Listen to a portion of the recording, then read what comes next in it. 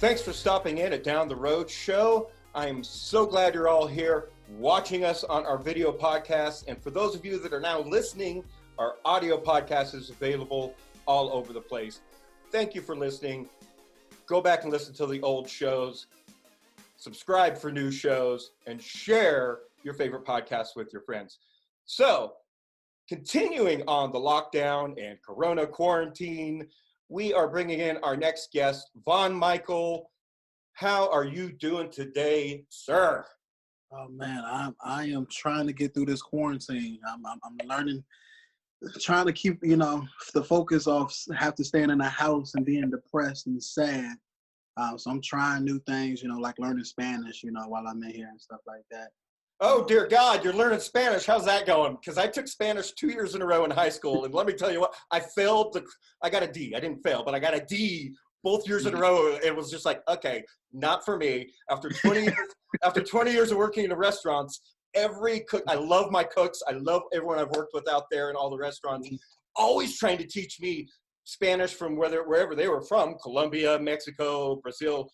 I worked with them from all over the place, but I could never. It's just, I'm not good with languages, man. Some people are, some people aren't. How are you with languages? I failed in high school Spanish 3 times. So okay, so I'm not alone. That's good to know. That's good to know. So far, only thing I've learned how to say in Spanish is no lo tengo. What does that mean? It means I ain't got it. I've been telling that to bill collectors, my landlord, anybody that asking me for money. I've just been saying that because they don't understand English, so I say it in Spanish. Which is perfect timing because now it applies. Oh, I don't have Corona either. Yeah. That's actually kind of smart because most people learn where's the bathroom in most languages first, like if you're going to be traveling abroad. So, but yeah, I ain't got it. That's a good starter. That's a good starter sentence to learn. That's hilarious. In this Corona times and lockdown, so you just started a new show called. Damn it! I already screwed it up. You tell me. So I just dropped a special comedy special, which is 15 minutes long. I was planning to drop it later, but I felt like this was the perfect time since people are in their homes, they're streaming stuff. I was like, all right, let me drop it now, which is called the Quarantine Comedy Special. So it was, so I'm just marketing that. So it's not an actual live show, it's a pre-recorded show. And where can people go to stream that or download it or purchase it? At vonmichael.com. You can get that on sale for $5. And I believe on Friday it's going to be on iTunes, Spotify, and all the platforms. And so they can go to your website and follow you on Instagram to find those direct links so that way they can go check it out. Website has everything. Just go to vonmichael.com, has social media, has special, has shirts. Everything you want to know about me is on vonmichael.com. And I just recently started following you on Instagram, and you're posting all kinds of cool little videos with tips on how to keep your mental health going and keep your sanity in all this insane times. Let's throw some tips out there to the peoples. Well, first I want to say is that I'm throwing these tips out because it is very easy to become bored and you can go crazy. Tell me about it. And also you become kind of lonely. You might start reaching out to some exes and stuff like that. I'm trying to prevent that. That's one reason I want to stay busy. he's doing y'all a service, people. Don't be drunk dialing your ex at noon. Because now everybody's day drinking right now. Exactly, yeah. Because I recently just went through a breakup, got dumped or whatever. And that was a tough time because I was listening to breakup music for like 8 hours straight. And Taylor Swift, then they kicked me out of that Best Buy. And so these tips is to help you stay focused and grind. Because what I believe is this quarantine, we should use it as, we shouldn't be wasting time thinking about what we can't do, like not pay rent possibly for some people that's unemployed, can't go to school, can't go to work. This is like, for me as an adult, this is almost like when we were kids, we get out of school 3 months. A break from school. So this is like a break from being an adult a little bit for me. So it's like, let's work on things, get things done so we can and use our time wisely. So For those of you that have been adulting. Yeah. Yeah. So like learning the language, reading, working out, are some of the tips that I've been giving out to people to do, just to stay busy and like, get done. Cause it's easy to use the quarantine weight with all this food that everybody buying. So you definitely make sure you're working out. Yeah, mind, body, soul, it's all connected, it's all one. And it's important to try to keep a little bit of your regular routines going while you're at home. Obviously, for those huge gym nuts, I used to be one, that love to do free weights and do all that crazy stuff. You may not have all that available at home, but that's where, some good old calisthenics and push-ups and jumping jacks and pull-ups that your great grandparents, that was all they had back in the day. Time to do that at home. Mm-hmm. Yeah, definitely. Yes, definitely. Because people have this idea. I hear because there's a lot of like false news out there, and people saying that you can't go outside your house, and it's like you can go outside, but the thing is, like, stay in your neighborhood. Don't be going out in more than groups of 10 people. So you can go for a walk and stuff like that, to keep your sanity. So a lot of people think you just it's like jail. You just got to stay in your house the whole time. Yeah, and it ain't like that. It's and people in jail and prison sometimes might have a little more freedom than what we got going on. And at least I saw a meme today. Someone asking to put some cigarettes on their books because they're stuck at home. So that's hilarious. So, but now, I mean, they're actually releasing low-level offenders right now because the COVID is going through the prison system like crazy right now. So going to be kind of interesting to see how that ends up. So, and a few mayors and a few district attorneys even I've seen have been pushing to not prosecute the low-level offenders right now because we don't need to be putting them in any jails or prison because they're already maxed out. And the hospitals are already maxed out in New Mexico here where I live, let alone other places going around the country. So that's why it's important to stay home, people. We're not saying you got to be stuck there, but limit your outings. Limit. Yeah. And one thing that's been bothering me, because I still go to the store, get food, stuff like that, and everybody doesn't understand the concept of social distance. Like staying. Speaking of social distancing, now what part of the country are you? Where are you? Because I see a lot of trees in your background. Yeah, so I live in DC, but I'm doing a quarantine in Virginia.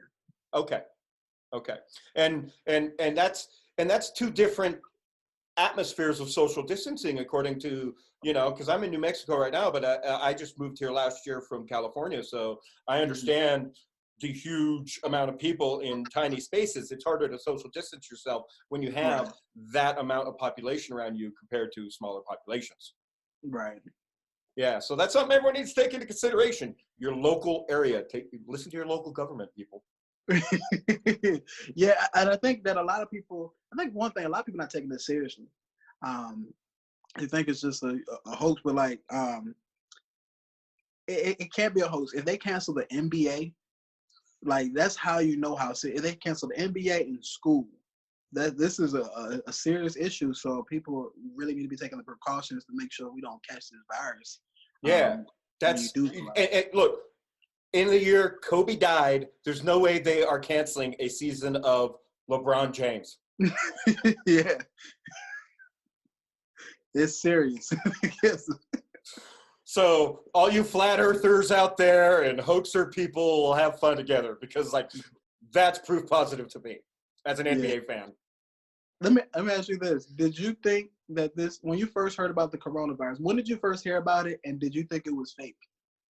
I absolutely did not think it was fakes. I first heard about the spread back in early January that was going on in China because unlike some people, I don't follow Fox and CNN News for my actual news. And I follow news sources from around the globe, actually, so that way I make sure I get news from outside of our own country. Okay. I personally think that helps me stay more aware and more informed, especially of the way people look at Americans. Right. So it was early January, and like Like I had a friend jump down my throat on Facebook. I had more than one friend actually, because about 3.5 weeks ago, I was telling people, look, the incubation period for this virus is different than the flu. It's different than we've seen in anywhere. And as someone who has health issues and immune issues now because of everything, the doctors can't figure out what's going on with me.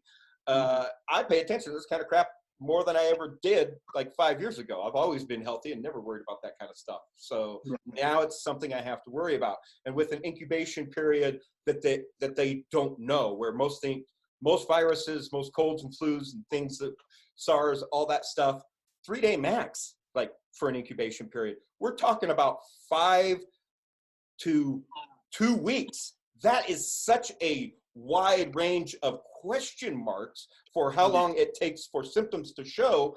That's how this is spreading so easily and so fast. And the fact that so many people can have it without even showing any symptoms and can spread it, that's an issue. So like the second I saw those kinds of figures coming out from different news organizations and the World Health Organization, which I actually pay attention to, that was when I was like, oh crap, guys, this is going to get a lot worse. This has the potential to be bad. Please be safe out there. And then all of a sudden it was like, oh, you're trying to cause a panic.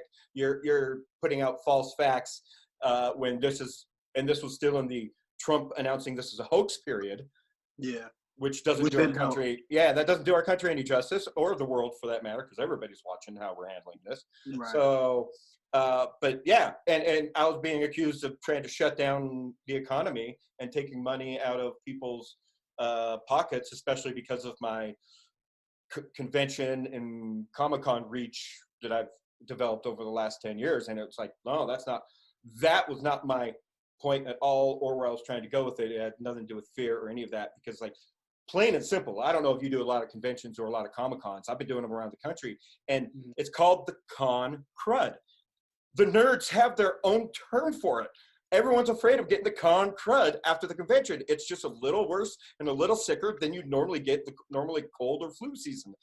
It has its own hashtag, con crud. So now, all of a sudden, the coronavirus is out here and all these nerds don't understand how they can get that, but yet they got their own hashtag for con crud. Come on. Yeah. You're the smart ones of society that got put into lockers for being nerds and thinking about science. And now all of a sudden they're jumping down my throat for talking facts and science. And like, here we are 3 weeks later, and I hate being right. This isn't about me being right. This was about me keeping my family and friends and local community safe so that we can, first of all, save San Diego Comic-Con. Because guess what?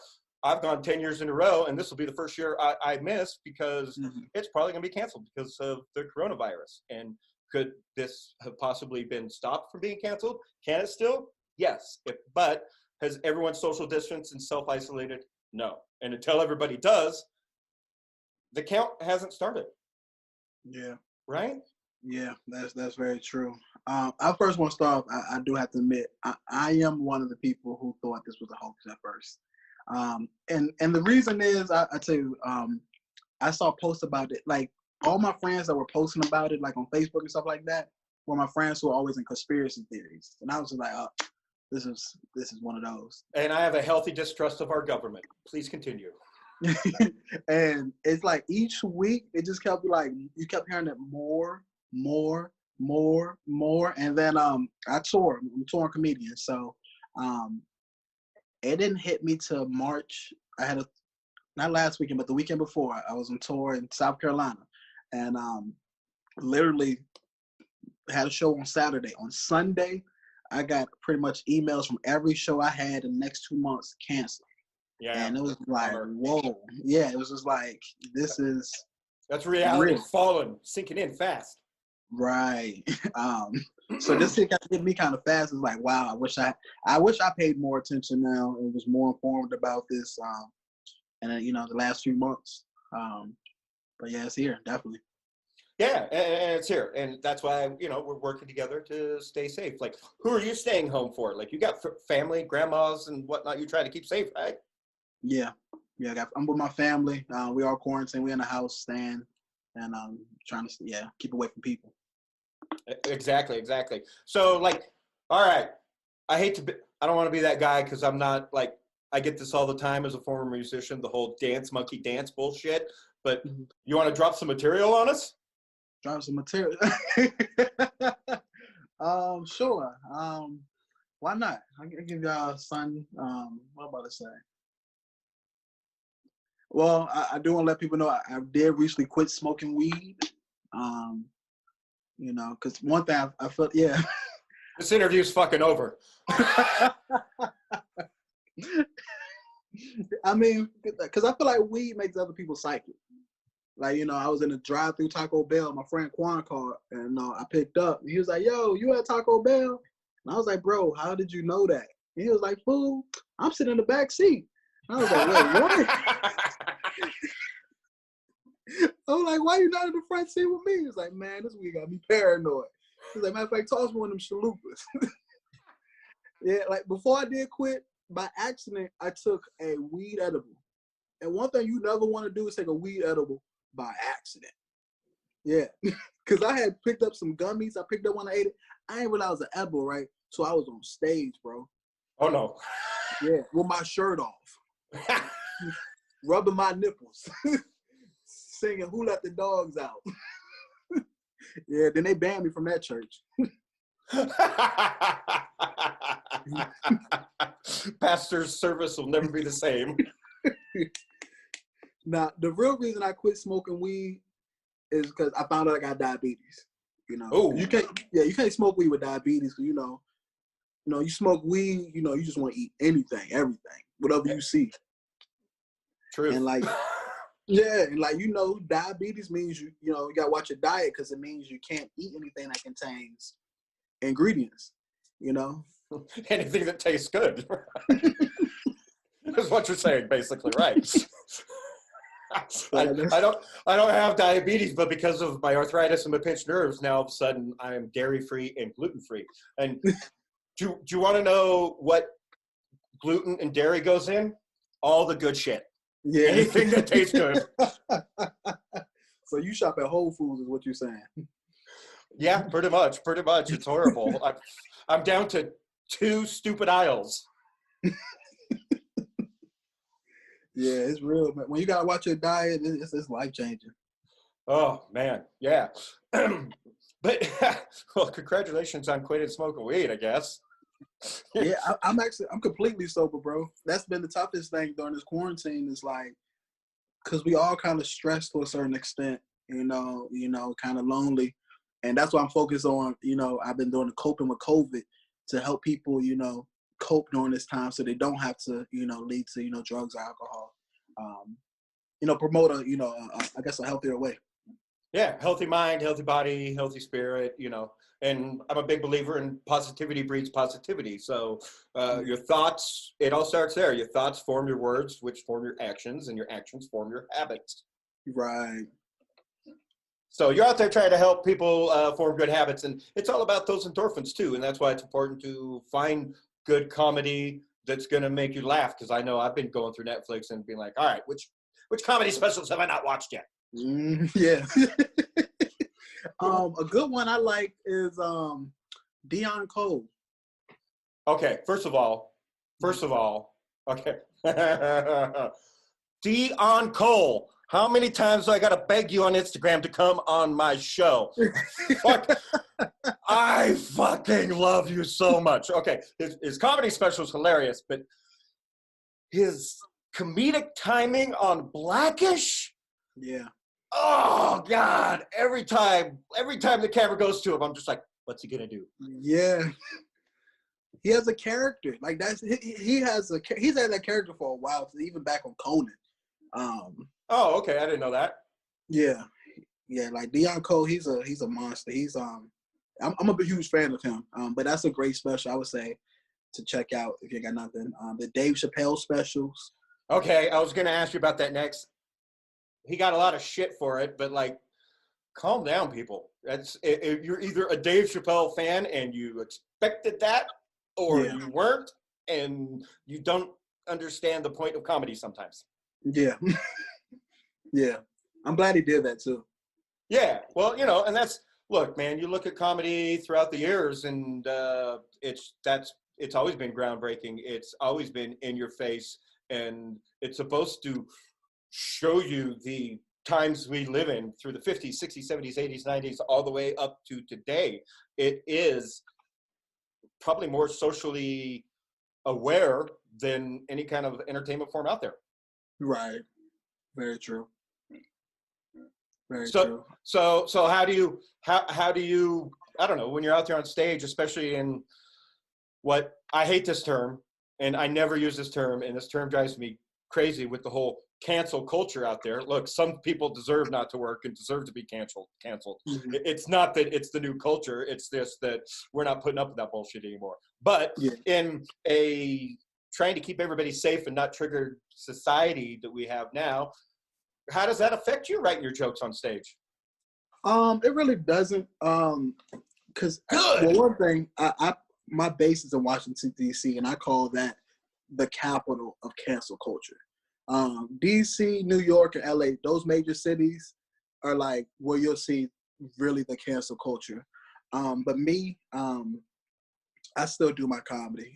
I do me the way I want to do it, and I don't focus on being canceled. Because even though what's promoted on TV, when you really go out there in America, a lot of America isn't what you see on TV. So this cancel culture, they're the loudest. Or you hear them online. the most, but most of America is not like that. Right. And I see that a lot when I travel. So I stick to, however I feel and what I want to talk about. And your fans are going to find you. They're going to enjoy Right. you and your material anyway, no matter what. Exactly. So how are you reaching your fans now these days? I mean, stuck at home. I mean, what? But besides your COVID updates, is there any out of the box thinking, maybe advice you have for other comedians or other people out there trying to reach their fans? Right now, during quarantine, social media is going to be the way. That's going to be the biggest way. Hashtagging, and you got to stay consistently posting because everybody right now, you got to look at it was everybody's in their home, so you got to post content, but you also got to be creative because everybody's posting right now. It's like, how are you going to stick out compared to everyone else? So that's what I've been focused on right now. Pre-quarantine, like the first week, I was standing outside with a poster board selling my special right in front of Whole Foods. That was helping out a lot. But right now during quarantine, podcasts, jumping on podcasts, if you can get on radio, getting other people to post on their page, it's going to be a way to do it. And constantly posting on yours and checking for the most trending hashtags right now during quarantine. Outside of quarantine, social media, but as well as, you got to do in person. Maybe put your flyers of your stuff on cars, handing it out to people, stuff like that. Get some billboard space, putting your posters up on buildings, promoting every time you at a show. Suggestions I would give to people. And you're absolutely right though about, and I've noticed this in the last 2 weeks because I've been on every social media when it first came out since like the beginning. I've been, a lot of people know I'm a social media professional, so they actually come to me for advice or to start their products or their branding. And I have noticed in the last 2 weeks now that everybody's home and everybody's posting, especially so many celebrities right now, boom, my numbers have gone to almost nothing because it's different when everybody's out there at work and they're clicking on stuff because they're at work or bored and they should be working. Now that everybody's bored at home and everybody's online, this is why the internet almost crashed in Europe because everybody was home watching Netflix. Right. Yeah. So you got to think. You got to think even more outside the box and be even more creative with your social media posts now, which is why, I'm trying to cross promote with as many podcasts and different things as I possibly can right now too. Right. I think cross promote is going to be the best way right now. Just being creative. Like whatever you put out, you got to do it creative and catch people's attention. I saw a music video today, a guy named Jordan Lucas. And it was very creative the way he did his music video. And I'm just like, it caught my attention. And like the way it was set up was, theme shows when they have the intro, he was like it was Will Smith, and like he would do every Will Smith movie and show. Like it was like go from Men in Black to the Wild Wild West, and like, but the song was still going. It was very creative, and but yeah, that's one of the things. Creativity. This you got to be creative right now. Well, yeah, and clickbait is clickbait. If you get people to click, great. But now, if you are a creative person, now's really the time to shine. And really, if you haven't found what your kind of creative niche is, now's a good time to really dig deep. Right. And I'm glad you said that about your numbers getting lower, because I was looking at it today myself, and I was just like, I was actually thinking about it. I was like, what? This doesn't seem normal to me. I feel like I get more. Just like It ain't. For anybody out there who has product and all of a sudden your numbers dipped, that's why. Everybody's online. There's so much content out there right now. You're literally competing with thousands of celebrities and sports figures that are usually not posting right now. Right. Yeah. I'm glad you said it. That's a perspective that's something I guess we need to hear. Yeah. Didn't think about that. So why comedy? What got you into stand-up comedy besides, I mean, who doesn't love laughter? Comedy. Well, it all started with my family. They used to always tell me like, "Oh, you're a funny guy," and stuff like that. "Oh, you're a funny guy." But I was thinking they were saying that to not validate what I was saying. They were just saying that to kind of like throw me off, and like I kind of took offense. And then eventually I was like, all right, everybody's saying this. Let me do a video. I did like a sketch video online, and it got like a couple thousand views. And like I kept doing that, and like it was working. And then I was like, you know what? Let me try stand up. And let me tell you about my first stand up experience. Hell yeah, bring it. Went to an open mic, right? I got drunk. I made sure I got drunk before I went on there. Open mics are so rough for comedians too. Yeah. Oh God. It is, and I had a fear of public speaking. Like I couldn't, like at work, you know what I'm saying? I couldn't speak in front of 3 people, 4 people. Like I would stutter, get nervous, and freeze. So I did the drinking to kind of help me get over that. And I did it. I met this guy named Keith.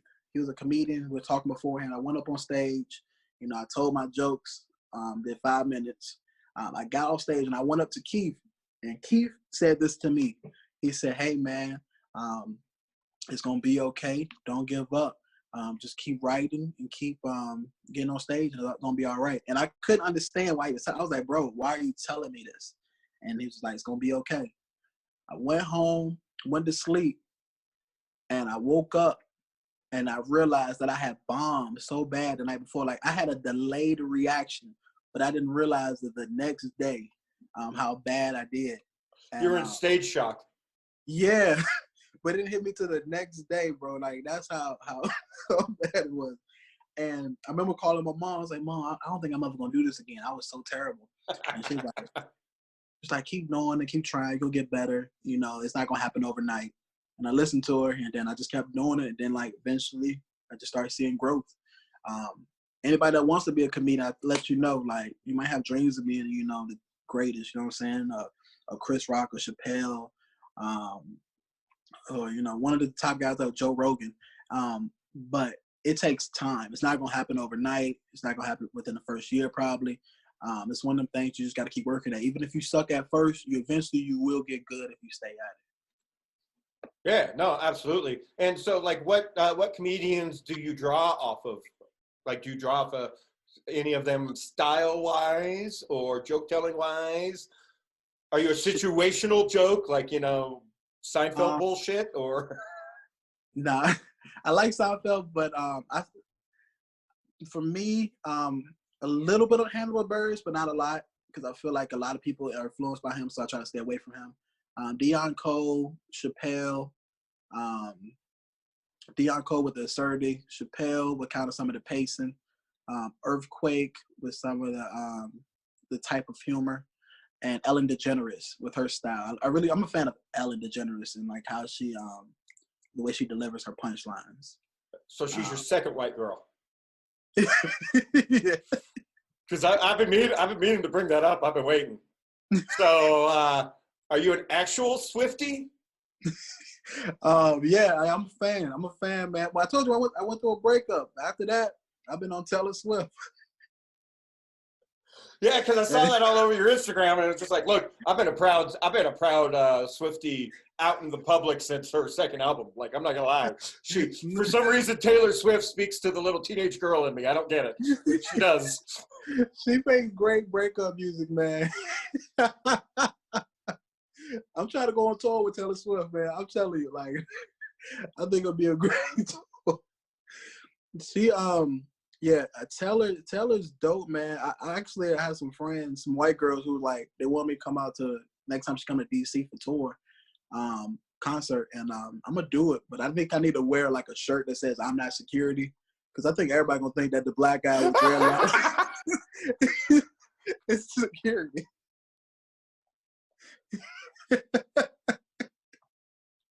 Oh Jesus! You're right though. Oh my God, that's awesome. Okay, well then, so why Ellen? Because that's like, compared to all the other comedians you mentioned, that's a way left. Ellen is style-wise, you know what I mean? Yeah. I'm not questioning that. I love Ellen too. Love you, Ellen. Not talking shit. I've been watching Ellen since her first show, TV show, when she came out, the first lesbian to come out on television nationally in the 80s, or was that early 90s? Early 90s, I think. Blew my mind. Yeah. Ellen, one, I like, when you watch her specials, it's a complete special. Like, it's tied all the way up into the end. Like, you want to see to the end. It's like she brings it back with callbacks, and I like that. I like that she's clean. I like that she's very positive. She's a positive person. And also, the way she delivers punchlines is very, you don't see it coming. I like how she hides her punchlines, which is something that, I study and been working on myself, is delivering the way she delivers. Gives that sneaky little uppercut. Yeah. Like, she'll be saying something, all of a sudden you be like, boom. You're like, oh, wait. Ellen is dope. She's in my top 5, definitely. Yeah, and I like good cerebral jokes that make you think, where it's almost like, oh crap, I almost missed that joke. Right. Yeah. I actually, during this quarantine, I need to watch her new special. I haven't watched that yet on Netflix. It's really good. You'll like it. Okay. I'm assuming you'll like it. I don't know. I don't know you well enough to know your taste, but if you're a fan of hers, I'm assuming you're gonna like it. I'm hoping so, man, because there has been some people that came back, and it's just like, whoa. That's what I'm afraid of. I'm afraid of watching it and not liking it, because she's been away from stand-up for so long. It's like, okay, does she still have it?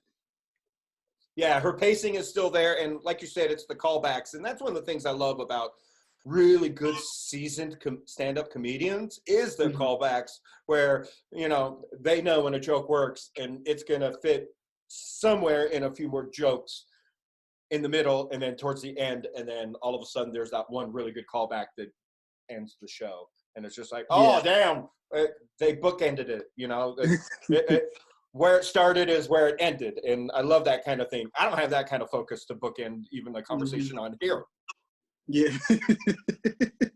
Yeah, and like me being a comedian, I'm like, okay, I understand. Like, they put a lot of work into that. Like, they really thought that out. They called it back as well. It's like, wow, like, I don't know, it's amazing to me. So what type of atmosphere do you prefer to test new material out as a stand-up comedian? Because like, it's brutal out there for all you startup comedians who haven't had stage experience. Like, what kind of venues should they be looking for to test out their material? Because I've worked at a number of bars that have tried to do like a stand-up comedy type of thing, and it has never worked. Not because of the comedians, just wrong atmosphere, wrong type of bar. It's not a comedy bar. Right. Replacing karaoke with stand-up comedy doesn't work. People are in there drinking. They don't want to hear comedy. It just doesn't. So what kind of venues should people be looking for? Those shitty bars, those dive bars, those type of places. When you first starting out, especially, those are the type of places you want to do when there's only like 5 or maybe 10 people in there. I love those. When you got your normal alcoholics in there that drink every Tuesday. And like, because they're really listening and paying attention. If you can make them laugh, then you can make a people, on Friday, Saturday with a 300 crowd laugh. So I look for small dive bars with a little bit of people in there, just enough so I could get a reaction. I don't need no more than 10 people. Yeah, so And, that's what and, I that, do. and that makes a lot of sense too, because like when I'm going out to a comedy club, it's because I want to laugh. I'm in the mood to laugh. Like you got to Right. really suck and try hard not to make me laugh. I love Mhm. laughter. So yeah, that's a good point. And working out new material, I guess it would be easier in like a smaller setting with 5 to 10 people to really gauge. You're instead of a whole audience, you're seeing the individuals. Right. Yeah. So yeah. So like here in DC, I'll tell you about how my schedule works. So typically I'm on a road from probably about Thursday to Sunday, and those are real audiences. So I take Mondays off. Tuesday and Wednesdays is when I do like both nights 2 or 3 little shitty bars to test it out. And Thursday is like the first night of a weekend at a club. So like I'll kind of throw some new stuff in there in the middle of my act. So I put on the outside. I do like a sandwich outside, so it'd be really good. In the middle it'd be stuff I'm working out, and then Friday, Saturday, Sunday is all polished material. Right. Well, and you're saving your best material for the late crowd. Yeah, definitely. Yeah, because they're out to have a good time. They're your drinkers usually, and like I said, when you're out to have a good time, they're most likely there to laugh. So and so, how do you arrange your material? Like how do you know when material's good enough for the late night crowd? Honestly, just by trying it. Um, I just throw it in there, and then if it works, it don't. But I always have like a safety joke that I know always works. So like I throw it, try it first, and if it don't work, then I have a joke that's gonna bring them right back to me, and then I can go. Okay, like a chef, you have your one staple that everybody loves and everybody comes back for, and then you're always experimenting with the rest of your menu. Right. I will say, I know you're talking about Comic Con. I did BlurredCon before,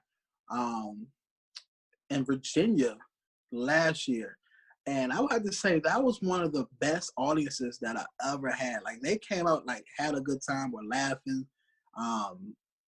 I want to do more of the cons, man. Like it was like a dope environment. Like it was my first time ever going, and it was just like, wow. Because when growing up for me, especially as a black dude, it wasn't cool to be a nerd. Like, and then I went to this BlurredCon. I was It wasn't cool for me as a white dude. So it wasn't cool for nobody. So, and then I saw all these people. This what made it for me. I saw some very beautiful women at this this BlurredCon, and I was like, hold on, y'all like nerds?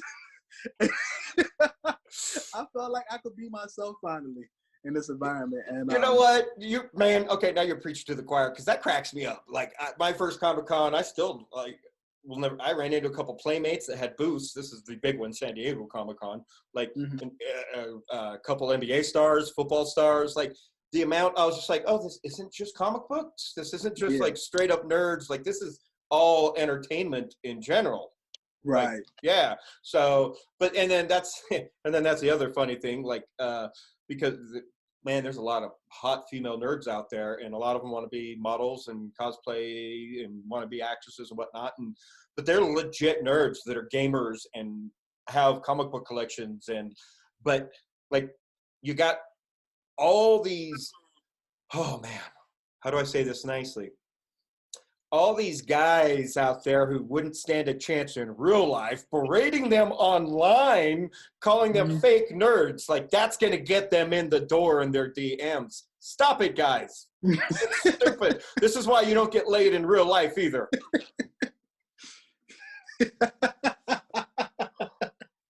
That's hilarious. That's true, though. But yes.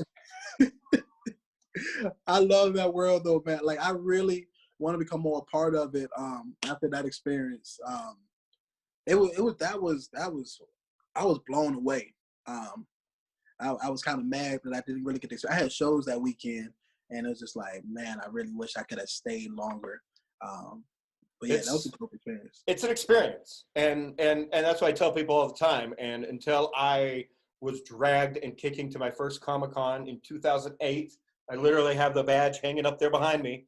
I didn't understand it and what it was either. And I've been to San Diego Comic-Con every year since. So, Yeah. and then I've traveled around the country to smaller conventions and medium-sized conventions. New York Comic-Con, that's a great one to hit.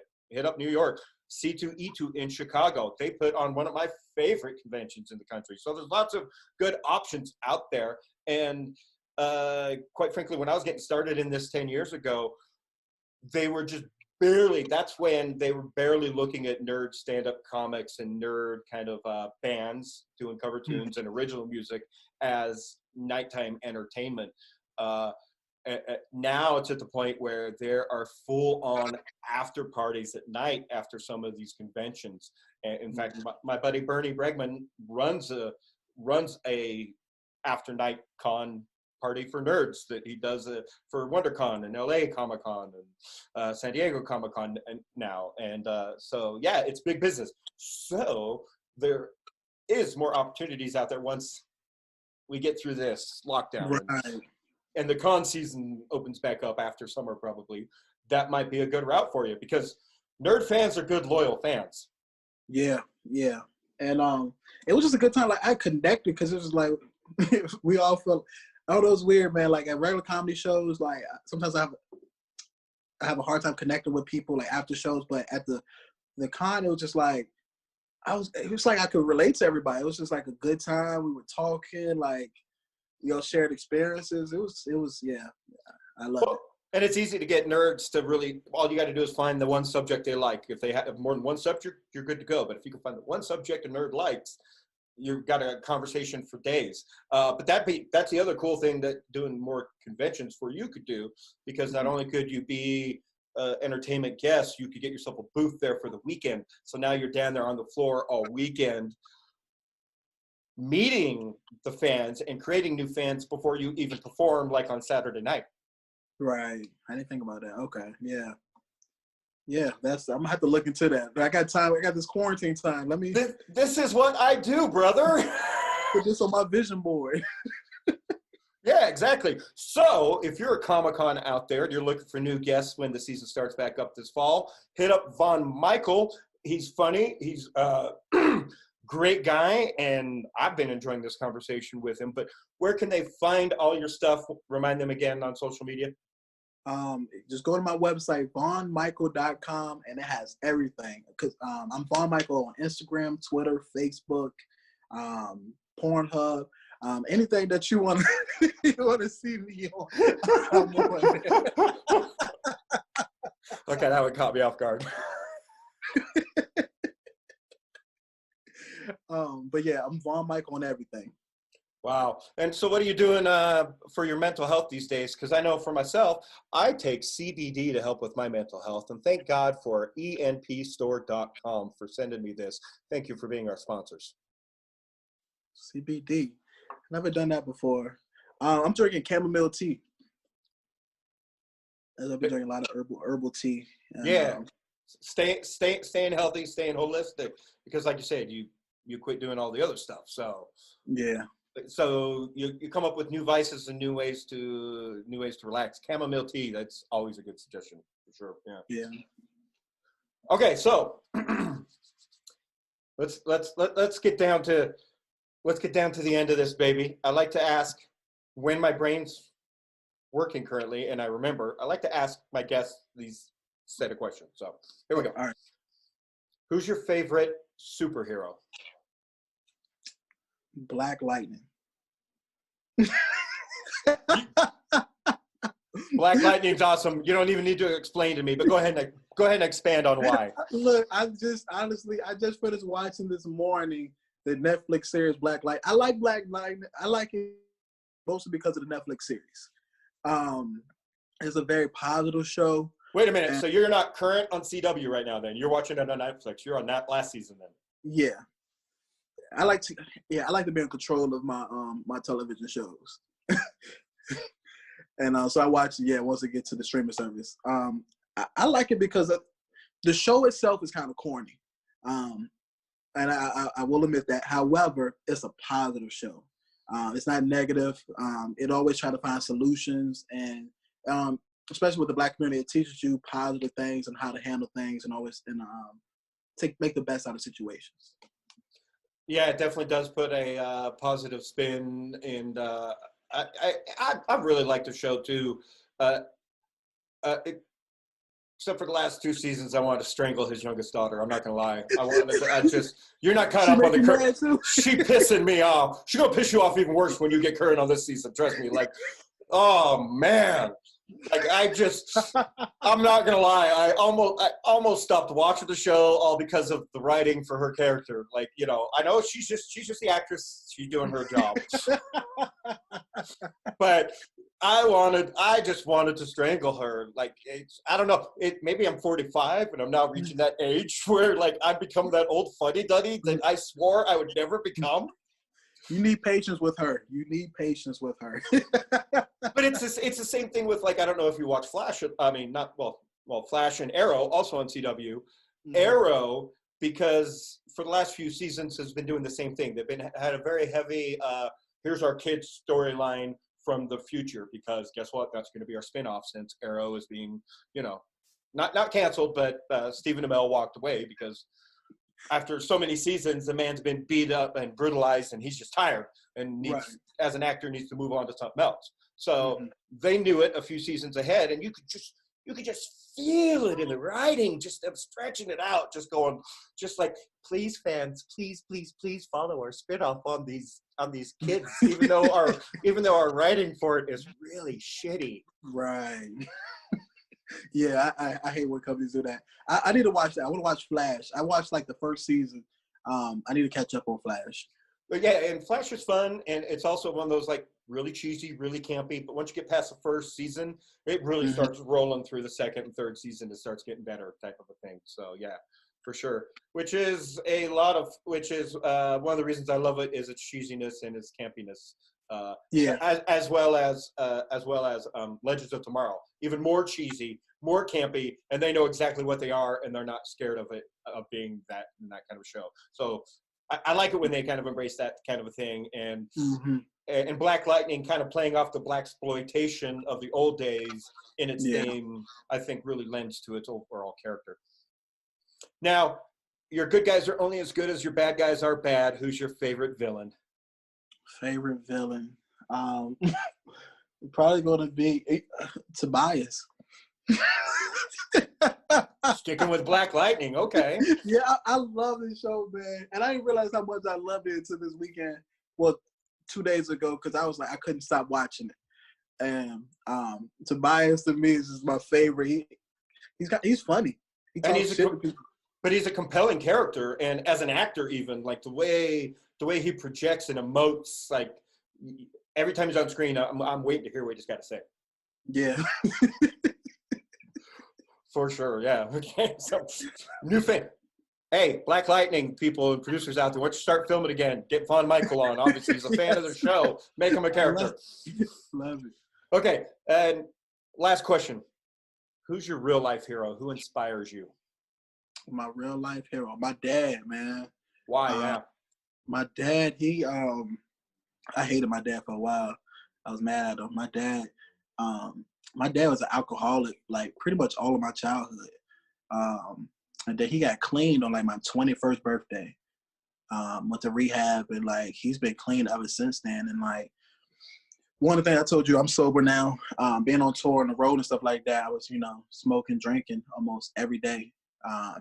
And then when I stopped, I realized, the road I was leading to, it made me relate to my dad. I was like, dang, like he had to go through this. And it was just like, like he's been sober, clean, doing the right thing, working, and he never had any excuses and never went back. He's been clean for like 7 years now. So, yeah, my pops, man.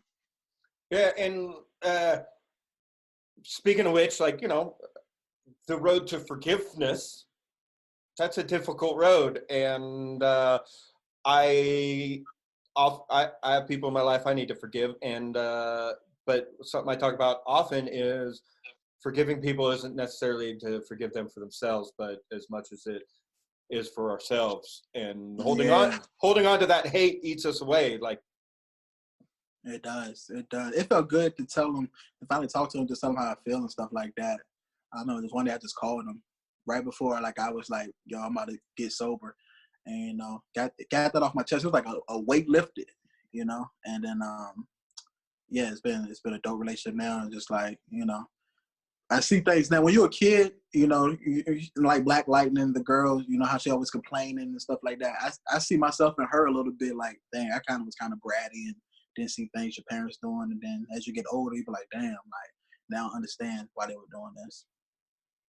Yeah, their intentions are there, but doesn't mean it's always works out right. Yeah. Yeah, and because being an adult is hard enough, being a parent on top of being an adult, I don't have that pleasure, so I can't imagine how difficult that is. Right. So, yeah, all right, everybody. So make sure you go out there, go to vonmychael.com, follow him on all his social media, and Definitely. leave some comments below, and, let them know what you think, and hit up your local Comic-Con and conventions and tell them to bring Von Mychael on for a show. Appreciate that. Thanks for having me on the show. Make sure I repost this. And also, when you're on the East Coast, hit me up. Definitely, especially if you're in the DC area. We should link up. Yeah, for sure. We'll hook up in person. I'll smoke a blunt without you. I got you. Although I'm gonna need someone else to roll up for me. I can't roll those for shit. They got pre-rolls out here. Oh, perfect. Because I couldn't back in the day. I used to like seal them with honey, and then I'd throw them in the oven. What? Yeah, I used to call them honey baked blunts. My friends loved them for weekend parties, like in Utah, where I could have gone to prison like a mofo for that. But yeah, it's legal now, Utah. Ha ha ha. But yeah, this was requested whenever there were weekend. Yeah, so I'd put a little bit of honey to seal it because I could never just get it wet enough to seal, or it would just fall apart. You throw it in there at 300 for like 5 minutes so that you don't cook your weed and ruin it. But Right. And the weed just kind of the honey seals it up, and then when you smoke it, it just adds this sweetness to it. That's just like, yeah. I mean, you wouldn't know. You quit. Yeah. Which, don't do drugs, kids. Unless you're doing CBD, that's safe. And speaking of which, go to enpstore.com. Make sure you do that, y'all. One last shout out. But no, it's been a pleasure, Von Mychael, and I would love to hook up with you in person once I'm healthy enough to actually get out there and travel and start going to conventions. And if not, hopefully maybe we can get you out here on the West Coast as a guest to some conventions and whatnot. So definitely. Yeah. Sound all like right. a plan. All right. Well, it's been a pleasure, and look forward to talking to you again, and we'll see you somewhere down the road.